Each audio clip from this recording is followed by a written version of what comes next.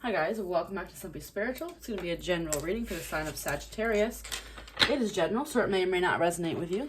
Take what fits, leave the rest. Any characters in the story can always be reversed, vice versa. This may not be your reading at all, or this reading may be about someone in your vicinity. Alright, Sagittarius for mid-July. How's it already July? Like mid-July, that's insane. Nine of Swords. So someone's dealing with some sort of anxiety, maybe having trouble sleeping. Judgment. Maybe something to do with a decision. Queen of Cups.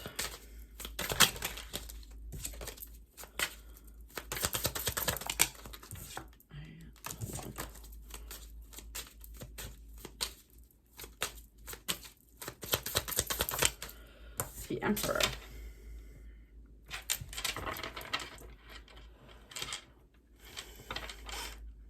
Huh. I have no idea. I just completely zoned out while I was pulling off. Hostilities. An Emperor could be kind of hostile, right? Journey. You know, they have it going on, but they also can kind of be maybe cocky or something, like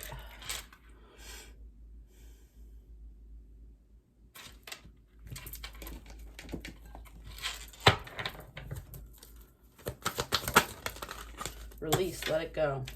Feels like this may have been somebody that you thought was going to be the one and maybe a side came out. Truth. Okay, yes. Truth, let it show. Yes, it feels like there was something here that you thought you found the Emperor, right? And they probably are an Emperor status. They probably do, you know, have their stuff together and, you know, are probably a decent person. But it feels like there might have been a side that came out with this person. And you're kind of struggling with a decision to let them go because a lot of what they are is what you're looking for. But it feels like something came out that you just cannot accept. It might be really a hostile, angry person. It's like the truth came out, and if you need to kind of release this person and accept the fact that this was just part of the journey. Next two decks I'm going to use are my decks I created. They're available on Etsy, links below. Tell me more here. The grass is greener.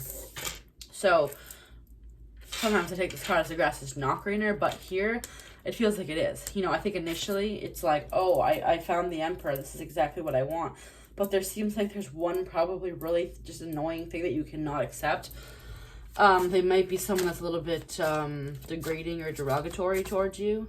Makes you feel small, like you're not, you know, they may think of you as a Queen of Cups, like you're up there, but you're not. They might not think of you as an Empress. And you don't deserve that, that's for sure. Friends, could have been friends with this person for a while. Maybe that's a struggle as well, because you don't want to lose them from your life. But it feels like this person may not kind of think of you as an equal. Regret. It's almost like you wish you didn't even bother with this and you just kept it as a friendship. Ex-lover, yep. Because now you're in a weird situation where it's like, okay, I lost a friend here. You might not have seen this person's side that came out because this person may only be like this in romantic relationships, and so you couldn't really see it coming. And I feel like you're kind of beating yourself up for not seeing it, but I mean there would have been no way that you could have seen it. It's almost like being eaten alive here. Yeah, but I feel like there's something about this person that they're kind of, I mean, they're hostile, they're angry, so tell me about this person's red flags. Starting over. They may be someone that, obsession. Okay, so this person, they may be a little bit narcissistic. You know, if you've ever dated like an actual narcissist, you know, the whole love bombing thing and all of that. This person may be someone that's constantly committed to someone. You know, maybe initially it's like, well, okay, they always have a girlfriend, so they must be a good person. But the thing is, it's because they're constantly starting over. So it's like, that's the red flag that was almost missed. It's like, well, yeah, they've had a lot of girlfriends, but why is it that they keep starting over? Why have they had so many long-term girlfriends? Because the side doesn't come out until you actually are with this person. Obsession. They go like 0 to 100 real quick. So it's like you meet them and, you know, they might shower with you with gifts and kind words and all this, and then, you know, maybe you move in together and it completely changes. Particularly with this card with the moving boxes and all that. Maybe once they feel like they have a person, you know, kind of trapped in a sense, committed, they might flip a little bit.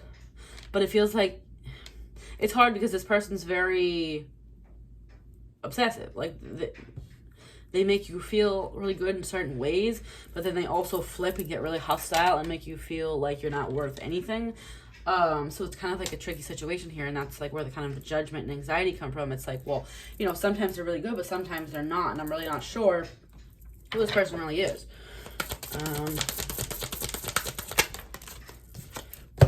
Journey. 2 cards that say journey.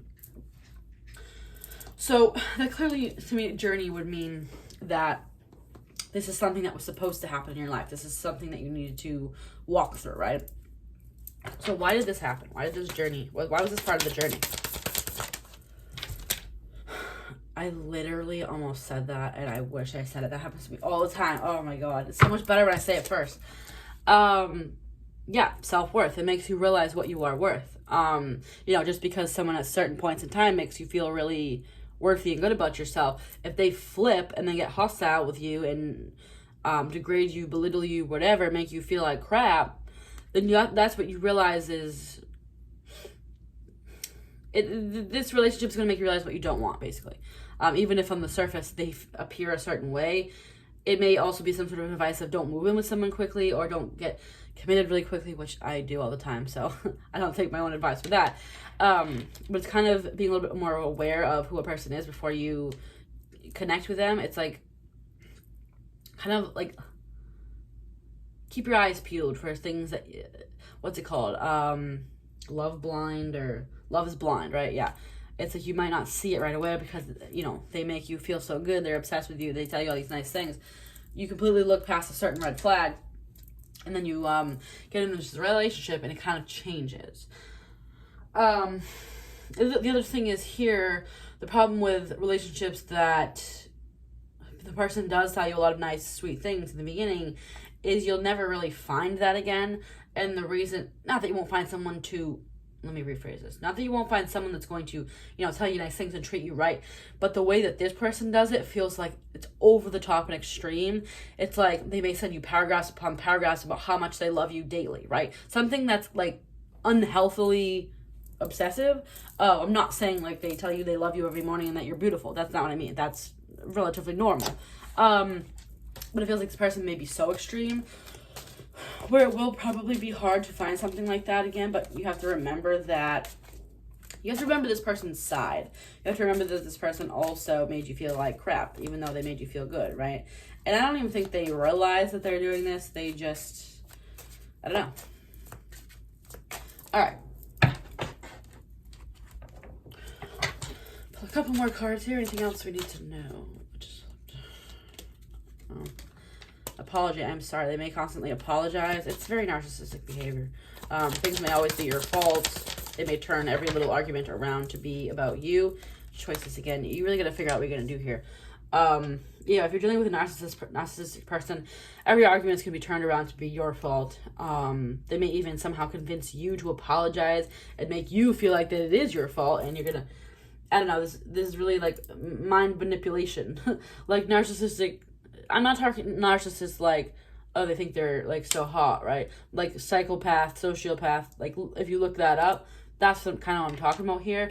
But also someone that kind of might have a need to kind of feel like they're the superior, they're the emperor, and you're the queen. Not that they would want someone that's, you know, too much less than them, right? But it's like they think of themselves, they have a big head, right? And they always want to have the upper hand in that. So they, like I said, they may belittle you to feel less than them because they always want to have the upper hand with that. Alright guys, I think that's going to be all for this reading. Hopefully this was helpful. If it was, give me a thumbs up on this video. And subscribe to keep me notified when I post future videos. If you would like to follow me on Instagram, you can follow me at It's Simply Spiritual. And if you would like to go to my Etsy shop, it is also It's Simply Spiritual if you're interested in either of these two decks.